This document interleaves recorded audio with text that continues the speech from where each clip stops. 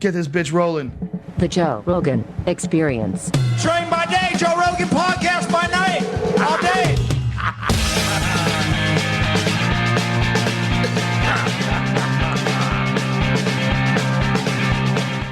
And when people saw how absurd it was, it made it much harder to deny that something had gone very wrong. Now, of course, the response at that point was, well, that's evergreen.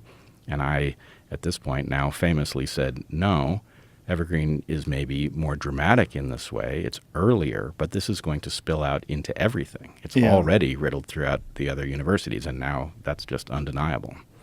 Yeah, I remember the early days when this was happening, when I would do podcasts about it. And I think this is back when I was still reading comments. And one of the comments was, why would you care about what's happening in these universities? Like, this has literally no bearing on you.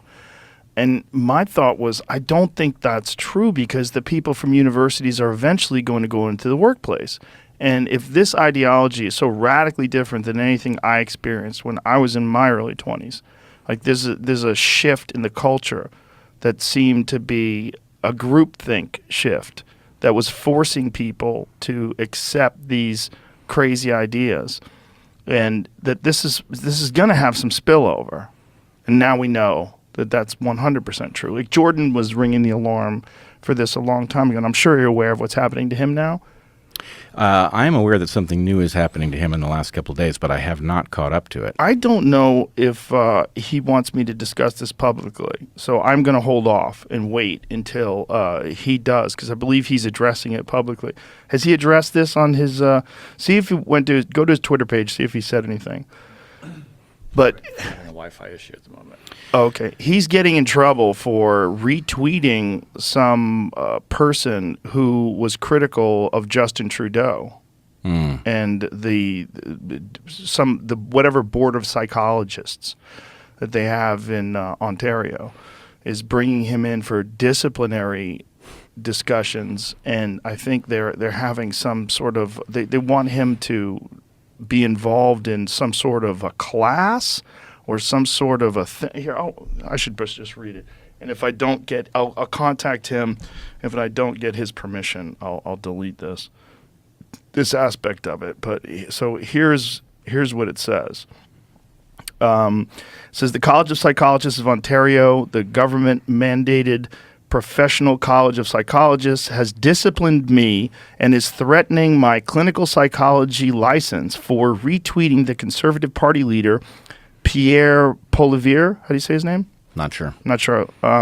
Criticizing Justin Trudeau, the chief of staff, Gerald Butts, someone named Jacinda Ardern, and an Ottawa city councillor. He is required to participate in mandatory social media communication retraining to modify my objectionable behavior, which I absolutely refuse to do. So they'll go to the next step, which would be an in-person disciplinary hearing, with my license on the line. I'm going to make all this public this week. If you're interested, take a look. Canada has given over to the commissars, something I thought I'd never see in my lifetime. Happy New Year. Well, I can't say I'm terribly surprised. Ultimately, anybody who remains inside an institution is going to be up against disciplinary hearings if they insist on seeing reality and discussing it. But the term retraining, I'll read it again because it sounds so bonkers that someone would think that this is a good idea.